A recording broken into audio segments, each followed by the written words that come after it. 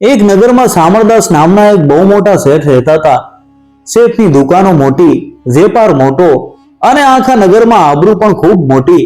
પણ કહેવાય છે ને કે જ્યાં બધું સારું હોય ત્યાં કોઈક તો તકલીફ હોય જ. શેઠને એક બહુ મોટું દુઃખ કોરી ખાતું હતું. એમનો એકનો એક લાડકવાયો દીકરો, જેનું નામ રમણ હતું, એ સૌ ખોટા રસ્તે ચડી ગયો હતો. રમણને રખડવાની, શરાબ પીવાની, જુગાર રમવાની અને ખોટી સંગતની ખરાબ લત લાગી ગઈ હતી. શેઠના ગલામાંથી એ સાનોમાનો પૈસા કાઢી લેતો અને જો લાગ મળે તો દુકાનમાંથી કિંમતી સામાન પણ ચોરીને વેચી નાખતો. સામરદાસ શેઠ તો આખો દિવસ ભગવાનને પ્રાર્થના કરે, હે પ્રભુ, મારા દીકરાને સદબુદ્ધિ આપો. શેઠે ઘણો વિચાર કર્યો અને નક્કી કર્યું કે જો દીકરાના લગ્ન કરાવી દઉં તો કદાચ ઘરની જવાબદારી માથે પડે અને એ સુધરી જાય. એમણે આજુબાજુના ગામમાં તપાસ કરી અને સારા ઘરની ખૂબ જ ડાય અને ચતુર છોકરી તેજલ સાથે રમણના ધામધૂમથી લગ્ન કરાવી દીધા. તેજલ દેખાવે જેટલી સુંદર હતી, સ્વભાવે એટલી જ મીઠી, પણ બુદ્ધિમાં તો ભલભલાને હંફાવી દે એવી હોશિયાર હતી. લગ્ન પૂરા થયા. તેજલ પરણીને હરખાતી સાસરે આવી ગઈ. એને એમ કે પોતે સુખી થશે. પણ બીજે જ દિવસે સવારે તેજલે ખૂબ જ પ્રેમથી રમણને પાસે બેસાડીને પૂછ્યું, તમે આખો દિવસ પેઢી ઉપર શું કામ ધંધો કરો છો? રમણે જરાય શરમ રાખ્યા વગર અને આડા મોઢે સીધો જ જવાબ આપ્યો, હું કોઈ કામ ધંધો નથી કરતો. આજે તો હું આ આપણા ઓરડાની છત ઉપર જે 5 મોટા લાકડાના પાટડા છે ને, એને ઉતારીને બજારમાં વેચી આવીશ. તેજલ તો આ સાંભળીને અંદરથી હેપતાઈ ગઈ. એને લાગ્યું કે આ માણસ તો સાવ બગડી ગયેલો છે. છતાંય તેણે નવાઈથી પૂછ્યું, અરે પણ તમે આવું શા માટે કરશો? ઘરના મોભ અને લાકડા વેચીને તમે શું કરશો? રમણે મોં બગાડીને કહ્યું, એ 5 લાકડાના પાટડા વેચીશ એટલે મારા હાથમાં રોકડા રૂપિયા આવશે.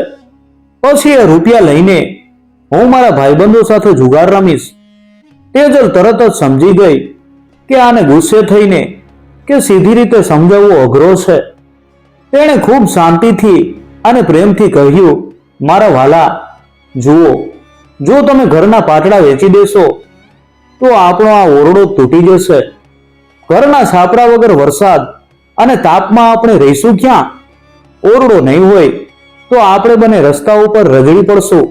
રમણે એકદમ સણકો કરતા અને સ્વાર્થી બનીને કહ્યું, મને કઈ ખબર નથી કે તું ક્યાં રહીશ. મને એની કોઈ નથી પડી. મારે તો બસ કાલે જુગાર રમવા જવું છે, એટલે ગમે એમ કરીને પૈસા જોઈએ. તેજલ ખરેખર ખૂબ ધીરજવાળી અને ચતુર હતી. એણે તરત જ મનમાં એક જબરદસ્ત તરકીબ વિચારી લીધી. તેણે રમણને રોકતા હસીને કહ્યું કે એમ કરો, તમે આ ઘરના પાટડા ન ઉતારો. એ બહુ ભારે મજૂરીનું કામ છે અને તમને થાક લાગશે. હું તમને કાલે સવારે મારી પાસેથી 1 રૂપિયો આપીશ. તમે બજારમાં જઈને એ 1 રૂપિયો ખર્ચીને એક મોટું લાલ અને મીઠું તરબૂચ ખરીદી લાવજો. રમણ અચરજથી જોવા લાગ્યો કે આ તરબૂચનું શું કામ છે. તેજલે આગળ સમજાવતા કહ્યું, તમે એ તરબૂચ લાવીને એના બરાબર 4 સરખા ભાગ કરજો. પછી અડધી રાત થાય એટલે 4 ચીરીઓ એક ટોપલામાં મૂકીને બજારમાં વેચવા બેસી જાજો. હું તમને ખાતરી આપું છું કે તમને પાટડા વેચવા કરતા પણ વધુ ફાયદો થશે. રમણને થયું કે લાકડા ઉતારવાની પરસેવો પાડતી મજૂરી કરવા કરતા આ રાત્રે બેસીને તરબૂચ વાળું કામ ઘણું સહેલું છે. તેણે કોઈ પણ દલીલ કર્યા વગર તેજલની વાત માની લીધી. તેજલે મનોમન નક્કી કરી લીધું હતું કે પોતે પોતાની બુદ્ધિથી આ પતિને ખરાબ રસ્તેથી પાછો વાળીને જ જમશે. સવાર પડી એટલે તેજલે પોતાના વચન મુજબ રમણના હાથમાં એક ચળકતો રૂપિયો મૂક્યો. રમણ તો રાજી થઈ ગયો. એ તરત જ બજારમાં ગયો અને એક મોટું લીલુંછમ અને અંદરથી લાલ ચટક મીઠું મધ જેવું તરબૂચ ખરીદી લાવ્યો. તેજલે કહ્યું હતું એમ રમણે ફરીથી એ તરબૂચની બરાબર 4 મોટી ચીરીઓ કરી. હવે અડધી રાત થઈ. આખું નગર ઘસઘસાટ ઊંઘતું હતું.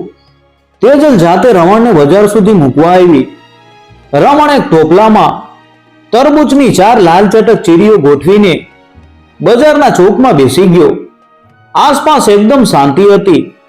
એ સમયે નગરના રાજાની દીકરી પોતાની 3 ખાસ સહેલીઓ સાથે મહેલની બહાર નીકળી ગઈ હતી. તેઓ શતરંજ રમીને કંટાળી ગઈ હતી એટલે ખુલ્લી હવામાં લટાર મારવા આવી હતી. વાતો કરતા કરતા એમની નજર રમણના ટોપલા ઉપર પડી. અરે વાહ, આટલી રાતે આવું મસ્ત લાલચટક તરબૂચ! એક સહેલીના મોંમાં પાણી આવી ગયું.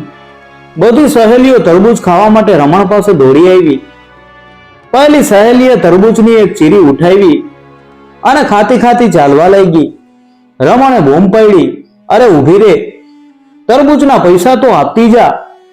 પેલી સહેલી ખળખળાટ હસીને એક કોયડો બોલી કે પૈસા ત્યાં મળશે જ્યાં હોઠો ઉપર લાલી હોય. એમ કહીને એ તો જતી રહી. રમણ તો માથું ખંજવાળવા લાગ્યો કે આવડી શું. ત્યાં જ બીજી સહેલીએ બીજી ચીરી ઉઠાવી લીધી. રમણે કડક અવાજમાં કહ્યું, મારે કોઈ હોઠની લાલી નથી જોવી, મારા પૈસા આપ. તો બીજી સહેલી હસતા હસતા બોલી કે તારા પૈસા ત્યાં મળશે જ્યાં પેટમાં દાઢી હોય. અને એ પણ તરબૂચ ખાતી ખાતી ભાગી ગઈ. રમણ હજુ કઈ સમજે ત્યાં ત્રીજી સહેલીએ ત્રીજી ચીરી ઉપાડી લીધી. રમણે ગુસ્સામાં કહ્યું, આ તો હદ થાય છે, મારા પૈસા લાવો. ત્રીજી સહેલી આંખ મારીને બોલી, પૈસા ત્યાં મળશે જ્યાં પેટમાં દાંત હોય. હવે ટોપલામાં માત્ર એક જ ચીરી વધી હતી. છેલ્લે રાજકુમારી આવી અને એણે એ ચોથી ચીરી ઉઠાવી લીધી.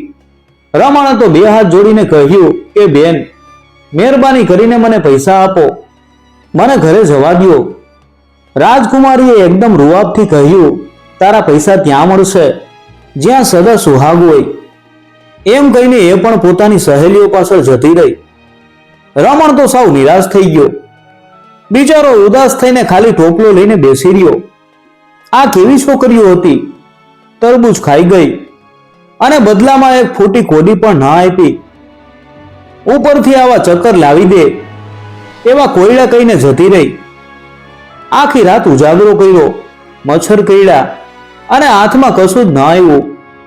ગુસ્સાથી લાલચોળ થયેલો રમણ ખાલી ટોપલો લઈને ઘરે આવ્યો. તેજલ રાહત જોતી હતી. રમણ ભરાયો, તારા ચક્કરમાં મારો 1 રૂપિયો પણ નકામો ગયો. એ છોકરીઓ મને મૂર્ખ બનાવીને જતી રહી. જો એ રૂપિયાથી મેં જુગાર રમ્યો હોત તો આજે ઢગલો રૂપિયા જીતીને આવત. તેજલ જરાય ગુસ્સે ન થઈ. એ હસીને બોલી કે આટલો બધો ગુસ્સો ન કરો, આખી રાત જાગ્યા છો એટલે થાકી ગયા હશો. ચાલો હું ગરમા ગરમ જમવાનું પીરસું છું, પેલા શાંતિથી જમી લ્યો અને પછી મને નિરાતે આખી વાત કરો. રમણને પણ કકડીને ભૂખ લાગી હતી. જમીને તે પથારીમાં પડ્યો અને તેજલે ધીમેથી પૂછ્યું કે હવે કહો, બજારમાં એવું તો શું થયું? રમણ પેટ ભરીને જમી લીધા પછી થોડો શાંત થયો એટલે તેણે તેજલને બજારની બધી વાત કીધી. તેણે માથું ખંજવાળતા કહ્યું કે તેજલ, પેલી છોકરીએ તો એવો અટપટો કોયડો કહ્યો કે મારું મગજ જ કામ નહોતું કરતું. એણે કહ્યું કે પૈસા ત્યાં મળશે જ્યાં હોઠો ઉપર લાલી હોય.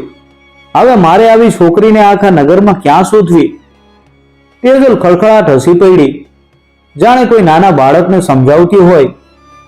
એમ એણે મીઠાશથી કહ્યું, અરે મારા ભોળા પતિદેવ, આ તો સાવ સેલો કોયડો છે, જરા વિચારો.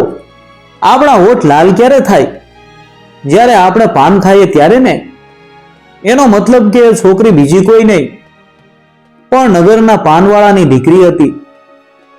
બજારમાં જ્યાં પાનવાળાની દુકાન છે ને ત્યાં પગથિયા પાસે અડધી રાત્રે જઈને ઊભા રહી જજો. એ છોકરી ત્યાં આવશે એટલે એની પાસે પૈસા માંગી લેજો. રમણને તો નવાઈ લાગી કે વાહ, મારી પત્ની કેટલી હોશિયાર છે. બીજે દિવસે અડધી રાત્રે રમણ બરાબર પાનવાળાની દુકાન પાસે જઈને છુપાઈને ઊભો રહ્યો. થોડી વારમાં જ પેલી છોકરી પગથિયા ચડતી દેખાઈ. રમણે તરત જ સામે જઈને કહ્યું, લાવ મારા તરબૂચના પૈસા. પાનવાળાની દીકરી તો આશ્ચર્યચકિત થઈ ગઈ. તેને થયું કે આ માણસ તો બહુ ચતુર છે, મારો કોયડો ઉકેલી નાખ્યો. તેણે પોતાની દાસીને બોલાવીને કહ્યું કે દાસી, આ માણસ બહુ હોશિયાર છે, એને 150 રૂપિયા આપો. 50 રૂપિયા તરબૂચના અને 100 રૂપિયા એની ચતુરાઈના. રમણ તો 150 રૂપિયા રોકડા જોઈને હરખાઈ ગયો, પણ એના મનમાં પેલો શરાબ અને જુગાર રમવાનો કીડો સળવડ્યો. એણે મનમાં ને મનમાં વિચાર્યું કે તેજલને ક્યાં ખબર છે કે મને કેટલા રૂપિયા મળ્યા છે. હું 100 રૂપિયા મારા ખિસ્સામાં સંતાડી દઉં અને એને ખાલી 50 રૂપિયા જ આપું. 100 રૂપિયાથી તો હું કેવી મજા કરીશ. ઘરે જઈને રમણે ડાયા ડમરા થઈને તેજલના હાથમાં 50 રૂપિયા મૂક્યા, પણ તેજલ તો ચતુર હતી. પૈસા હાથમાં લેતા જ તેણે રમણની આંખોમાં જોયું અને એકદમ કડક અવાજે બોલી, બાકીના 100 રૂપિયા ક્યાં છે? છુપાવ્યા વગર જલ્દી મને આપી દ્યો. રમણ તો ઢગાઈ જ ગયો અને પરસેવે રેબઝેબ થઈ ગયો. તને કઈ રીતે ખબર પડી કે મારી પાસે 100 રૂપિયા છે? શું તું મારી પાછળ પાછળ છુપાઈને આવી હતી કે શું? તેજલે હસીને કહ્યું, તમે એ બધી વાતો છોડો અને ચૂપચાપ પૈસા આપી દ્યો. હવે કહો, બીજી છોકરીએ શું કોયડો કહ્યો હતો? રમણે ખિસ્સામાંથી 100 રૂપિયા કાઢીને તેજલને આપી દીધા અને ઢીલા મોઢે બોલ્યો, બીજી છોકરીએ કહ્યું હતું કે પૈસા ત્યાં મળશે જ્યાં પેટમાં દાઢી હોય. તેજલ ફરીથી મીઠું મીઠું હસીને બોલી, અરે આ તો એનાથી પણ સહેલું છે. પેટમાં દાઢી કોને હોય? આંબાના ઝાડ ઉપર આવતી કેરીને. કેરી ખાઈને એનો ગોટલો ચૂસીએ એટલે એના રેસા કેવા દાઢી જેવા લાગે. એ છોકરીનું ઘર આંબાના બગીચા પાસે છે. આજે અડધી રાતે ત્યાં જજો. એ પૂછે કે કોણ છે તો તમારે ખાલી એટલું જ કહેવાનું કે રાતના દાવાવાળો. રમણ તો તેજલની બુદ્ધિ ઉપર ખુશ થઈ ગયો. ફરીથી અડધી રાત્રે ત્યાં આંબાના બગીચા પાસે ગયો. પેલી બીજી છોકરી ત્યાં જ ઊભી હતી. રમણને અંધારામાં આવતો જોઈને તેણે પૂછ્યું કે કોણ? રમણે છાતી કાઢીને વટથી કહ્યું, રાતના દાવાવાળો. છોકરી તો આ જવાબ સાંભળીને આંગળા મોંમાં નાખી ગઈ. તેણે દાસીને બોલાવીને કહ્યું, અરે વાહ, આ માણસ તો બહુ પહોંચેલો છે. એને 300 રૂપિયા આપો. 100 રૂપિયા તરબૂચના અને 200 રૂપિયા એની ચતુરાઈના. રમણને 300 રૂપિયા મળ્યા. ફરીથી એના મનમાં લાલચ જાગી. આ વખતે તો હું 200 રૂપિયા પાકું છુપાવી જ લઈશ. પણ જેવો ઘરે પહોંચ્યો અને તેજલના હાથમાં 100 રૂપિયા મૂક્યા, ત્યાં તેજલે હાથ લંબાવીને કહ્યું, ચાલો બાકીના 200 રૂપિયા કાઢો. રમણ તો સાવ ઝંખવાણો પડી ગયો. એને સમજાઈ ગયું કે પોતાની પત્ની કોઈ જાદુગરની જેમ બધું જાણી જાય છે. એની પાસે ચોરી ચાલે એમ નથી. એણે મન મારીને બાકીના 200 રૂપિયા પણ આપી દીધા. રમણ હવે બરાબર સમજી ગયો તો કે પોતાની પત્ની તેજલ કોઈ સામાન્ય સ્ત્રી નથી. એ તો જાણે કોઈ જાદુગરની જેમ એના મનની બધી ચોરી પકડી પાડે છે. રમણે નિશાસો નાખીને પૂરા પૈસા તેજલના હાથમાં મૂકી દીધા. તેજલે હળવેથી રમણના માથે હાથ ફેરવો અને હસીને પૂછ્યું કે ચાલો હવે મને એ કહો કે પેલી ત્રીજી છોકરીએ શું કોયડો કહ્યો હતો? રમણે મોં બગાડીને કહ્યું, એ ત્રીજી છોકરી તો વળી કંઈક અલગ જ બોલી હતી. એણે કહ્યું હતું કે પૈસા ત્યાં મળશે જ્યાં પેટમાં દાંત હોય. હવે તું જ કે, કોઈના પેટમાંથી વળી દાંત હોતા હશે? આ તો સાવ મૂર્ખામી છે. તેજલ ફરીથી ખડખડાટ હસી પડી. એણે રમણને સમજાવતા કહ્યું, અરે મારા ભોળા પતિદેવ, પેટમાં દાંત એટલે દાડમ. તમે દાડમ તો જોયું છે ને? એને તોડીએ એટલે અંદરથી લાલ ચટક દાણા કેવા દાંતની જેમ ગોઠવાયેલા હોય. એનો મતલબ કે ત્રીજી છોકરીનું ઘર દાડમના બગીચા પાસે છે. આજે રાત્રે તમે ત્યાં જજો. એ પૂછે કે કોણ, તો તમારે એ જ જવાબ આપવાનો, રાતના દાવાવાળો. રમણ તો તેજલની હોશિયારી જોઈને દંગ જ રહી ગયો. રાત પડી એટલે એ સીધો દાડમના બગીચા પાસે ગયો. પેલી ત્રીજી છોકરી પણ ત્યાં જ ઊભી હતી. કોઈ અજાણ્યાને અંધારામાં આવતો જોઈને એણે પૂછ્યું કે કોણ? રમણે વટથી જવાબ આપ્યો કે રાતના દાવાવાળો. પેલી છોકરી તો આ સાંભળીને ખુશ થઈ ગઈ. તેણે પોતાની દાસીને કહ્યું કે દાસી, આ ભાઈ તો બહુ હોશિયાર છે. એને 500 રૂપિયા આપી દ્યો. 200 રૂપિયા તરબૂચના અને 300 રૂપિયા એની ચતુરાઈના. 500 રૂપિયા હાથમાં લઈને રમણના મનમાં પેલી જુગારની ખરાબ આદતે ફરી માથું ઊંચક્યું. ખરાબ લત માણસને જલ્દી છોડતી નથી, એ વારંવાર પોતાની તરફ ખેંચે છે. રમણે વિચાર્યું કે લાવ 200 રૂપિયા ખિસ્સામાં સંતાડી દઉં અને 300 તેજલને આપીશ. પણ ઘરે પહોંચતા જ તેજલ ફરી એના મનનો ચોર સમજી ગઈ. રમણે નાસૂટકે 500 રૂપિયા તેજલને આપી દેવા પડ્યા. હવે તેજલે ગંભીર થઈને કહ્યું, હવે છેલ્લી અને ચોથી છોકરીનો વારો. એણે શું કહ્યું હતું? રમણે કહ્યું, એ ચોથી છોકરીઓ તો એવું કહ્યું હતું કે પૈસા ત્યાં મળશે જ્યાં સદા સુહાગ હોય. તેજલ થોડી વાર વિચારીને બોલી, આ કોઈ સામાન્ય છોકરી નથી, આ તો આપણા નગરના રાજાની દીકરી એટલે કે રાજકુમારી છે. સદા સુહાગ એટલે એવો સોનાનો મહેલ જ્યાં કાયમ ઝુમરનો પ્રકાશ રહેતો હોય.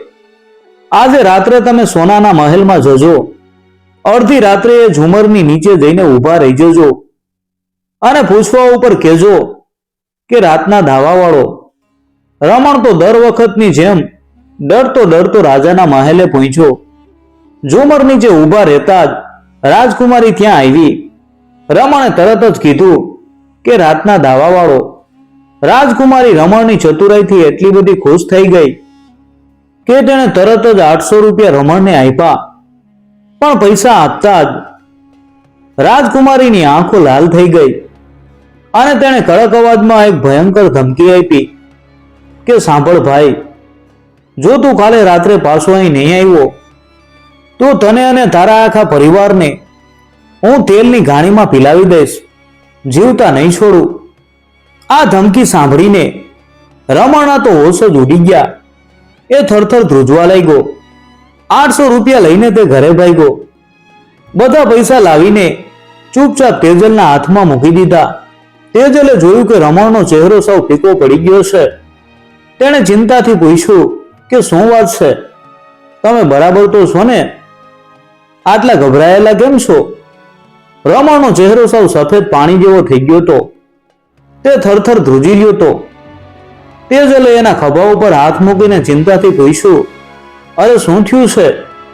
કોઈએ કંઈ કહ્યું છે કે શું? તમે આટલા બધા કેમ ધ્રુજો છો? રમણથી હવે રહેવાયું નહીં. તે રણમસ અવાજે બોલ્યો કે તેજલ, આપણે તો મહિલા સમજ. એ રાજકુમારીએ મને 800 રૂપિયા તો આપ્યા, પણ સાથે એવી ભયંકર ધમકી આપી છે કે મારા તો હોશ જ ઉડી ગયા છે. એણે કહ્યું છે કે જો હું કાલે રાત્રે એના મહેલમાં પાછો ન ગયો તો એ મને અને આપણા આખા પરિવારને તેલ કાઢવાની ઘાણીમાં જીવતા પીલાવી દેશે. હવે આપણે શું કરશું? મારે તો જીવવું છે. તેજલ જરાય ગભરાઈ નહીં. એણે ખૂબ જ શાંતિથી હસીને કહ્યું, અરે ગાંડા, આટલી નાની વાતમાં શું ડરવાનું? જ્યારે હું તમારી સાથે છું તો કોઈ તમારો વાળ પણ વાંકો નહીં કરી શકે. મારી પાસે આનો પણ એક સરસ મજાનો ઉપાય છે. રમણને થોડી હિંમત આવી. તેણે પૂછ્યું, જલ્દી બતાવ, મારે શું કરવાનું છે? તેજલે સમજાવતા કહ્યું, કાલે રાત્રે જ્યારે તમે રાજકુમારીના મહેલમાં જાઓ ત્યારે તમારી સાથે 2 ગોળ મટોળ અને લીસા લીંબુ લેતા જજો. રાજકુમારી બહુ ચાલાક છે. એ તમારી પરીક્ષા લેવા માટે ઓરડામાં 2 સુંદર પલંગ લગાવશે. એક એના માટે અને એક તમારા માટે. પણ ધ્યાન રાખજો, સીધા પલંગ ઉપર બેસી ન જતા. તમે સાનામાના એ બંને લીંબુ તમારા પલંગ ઉપર મૂકી દેજો. જો પલંગ ઢાળવાળો કે ખામીવાળો હશે તો લીંબુ ગબડીને પલંગના પાયા તરફ જતા રહેશે. તમારે તરત સમજી જવાનું અને પલંગના ઊંચા ભાગ તરફ એટલે કે માથા તરફ જઈને બેસી જવાનું. બીજા દિવસે રાત પડી. રમણ તો ભગવાનનું નામ લેતો લેતો ખિસ્સામાં 2 લીંબુ છુપાવીને ધ્રુજતા પગે રાજકુમારીના સોનાના મહેલમાં પહોંચ્યો. ઓરડામાં ખરેખર 2 ભવ્ય પલંગ ગોઠવાયેલા હતા. રાજકુમારીએ હસીને ઈશારો કર્યો કે પેલો પલંગ તમારો છે, નિરાતે બેસો. પણ રમણ તો પોતાની ચતુર પત્નીની વાત બરાબર યાદ રાખીને ગયો તો. એણે કોઈને ખબર ન પડે એમ ધીમેથી પેલા 2 લીંબુ પલંગ ઉપર મૂક્યા. લીંબુ તો દળદળતા સીધા પલંગના નીચેના ભાગ તરફ એટલે કે પાયા તરફ વહી ગયા. રમણ તરત જ સમજી ગયો કે અહીં પગ તરફ બેસવામાં કંઈક મોટું જોખમ છે, એટલે એ ચૂપચાપ પલંગના માથા તરફ જઈને જ બેઠો. રાજકુમારી તો રમણની આ ચતુરાઈ જોઈને આફરીન ભોગારી ગઈ. એને થયું કે આ માણસ તો મારા કરતા પણ વધુ હોશિયાર છે. એણે ખુશ થઈને રમણને પેલાના 800 અને બીજા 800 એમ ભેગા કરીને ઢગલો રૂપિયા આપ્યા. પણ પૈસા આપતા જ રાજકુમારીનો અવાજ પાછો બદલાયો. તેણે આંખો કાઢીને કહ્યું, લો આ તમારા પૈસા, પણ યાદ રાખજો કાલે રાત્રે ફરીથી અહીં આવવાનું છે. જો નહીં આવો તો તમને અને તમારા પરિવારને ઘાણીમાં પીલાવી દઈશ. રમણ તો ફરીથી નિરાશ અને હતાશ થઈને લટકતા મોઢે ઘરે પાછો આવ્યો. તેજલે એનું ઉદાસ મોં જોઈને પૂછ્યું, હવે વળી પાછું શું થયું? એટલે રમણે કહ્યું, એણે ખુશ થઈને પૈસા તો આપ્યા, પણ કાલે ફરીથી બોલાવ્યો છે અને એ જ મોતની ધમકી આપી છે. તેજલ હસીને બોલી, વધારે ગભરાવાની જરૂર નથી. કાલે તો એ રાજકુમારી તમારી સાથે ચોપાટ રમવાની છે, પણ કાલે બહુ મોટું જોખમ આવવાનું છે. એક દુષ્ટ વજીર તમારી પાછળ પડવાનો છે. તેજલે રમણને પાસે બેસાડીને સમજાવ્યું, તમારે જરાય ડરવાની જરૂર નથી. હું બધું જ સંભાળી લઈશ. કાલે રાત્રે જ્યારે તમે મહેલમાં જશો ત્યારે રાજકુમારી પોતાની બધી સહેલીઓને ઘરે મોકલી દેશે. પછી એ તમારી સાથે શાંતિથી ચોપાટ રમવા બેસશે. રમતા રમતા મોડી રાત થશે એટલે તમને બંનેને પલંગ ઉપર જ ઊંઘ આવી જશે. રમણ તો આંખો ફાડીને સાંભળી જ રહ્યો. તેજલે આગળ કહ્યું, અહીં સૌથી મોટું જોખમ છે. રાજાનો એક દુષ્ટ વજીર મહેલમાં રહે છે. જ્યારે એ જોશે કે રાજકુમારીના ઓરડામાં કોઈ અજાણ્યો પુરુષ છે તો એને ખૂબ ઈર્ષા થશે. તમે બંને ઘસઘસાટ ઊંઘતા હશો ત્યારે એ વજીર સાનોમાનો સૈનિકોને બોલાવશે. સૈનિકો તમારો આખો પલંગ ઉપાડીને નગરના એક મોટા મંદિરમાં મૂકી આવશે. પણ તમે જાગો ત્યારે બિલકુલ ગભરાતા નહીં. તેજલે એકદમ પાકી તરકીબ બતાવતા કહ્યું કે મંદિરમાં એક રખેવાળો છે.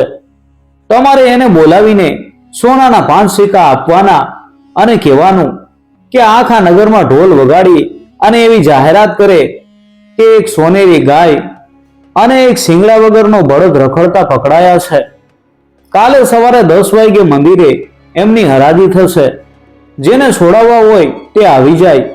આ ખબર મારા સુધી પહોંચી જશે અને હું ત્યાં આવી જઈશ. બીજા દિવસે રમણ મહેલમાં ગયો.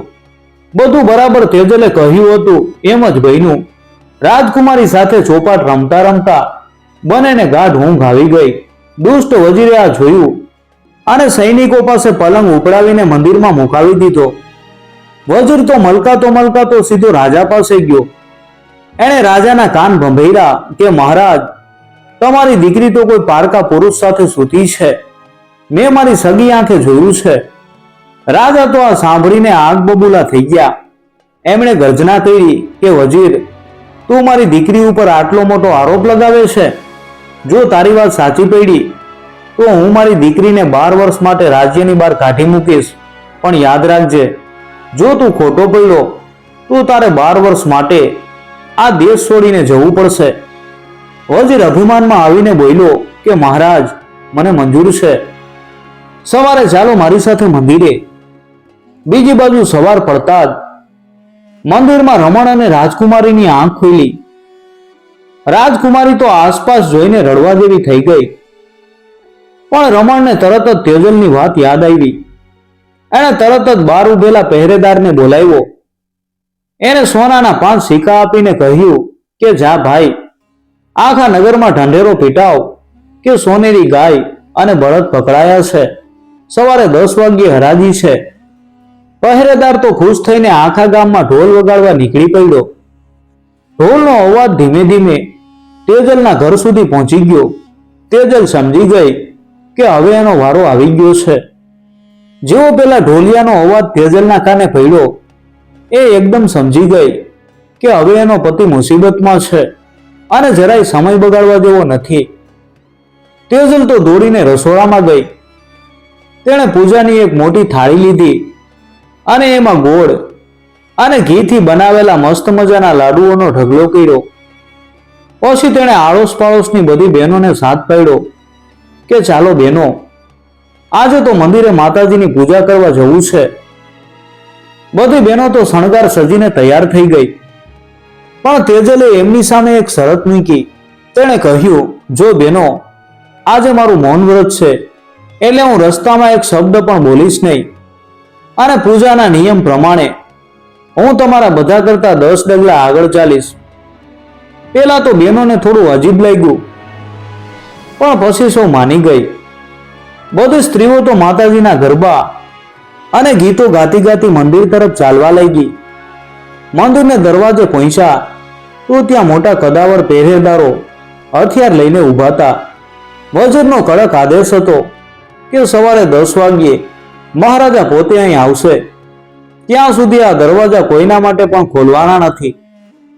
બહેનોએ દરવાજા ખોલવા બહુ જીદ કરી, પણ પહેરેદારો જરાય ટસના મસ ન થયા. હવે તેજલે પોતાની બુદ્ધિ દોડાવી. તે પહેરેદારો પાસે ગઈ અને હાથ જોડીને એકદમ મીઠા અવાજે વિનંતી કરી, અરે મોટા ભાઈ, મારે આ શુભ સમયે માતાજીને ભોગ લગાવવો ખૂબ જ જરૂરી છે. મારી બધી બહેનપણીઓ બહાર જ ઊભી રહેશે, હું માત્ર એકલી જ અંદર જઈશ.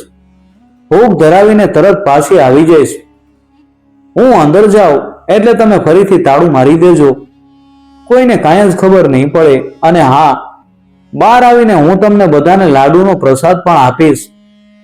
લાડુની વાત સાંભળીને પહેરેદારોના મોંમાં પાણી આવી ગયું. તેઓ તેજલની વાતોમાં આવી ગયા અને માત્ર તેને જ મંદિરમાં જવા દીધી. અંદર રાજકુમારી અને રમણ ગભરાયેલા બેઠા હતા. તેજલને જોતા જ રમણના જીવમાં જીવ આવ્યો. તેજલ પોતાની સાડીની નીચે સંતાડીને એક બીજી સાડી લાવી હતી. તેણે ફટાફટ એ સાડી પોતાના પતિ રમણને પહેરાવી દીધી.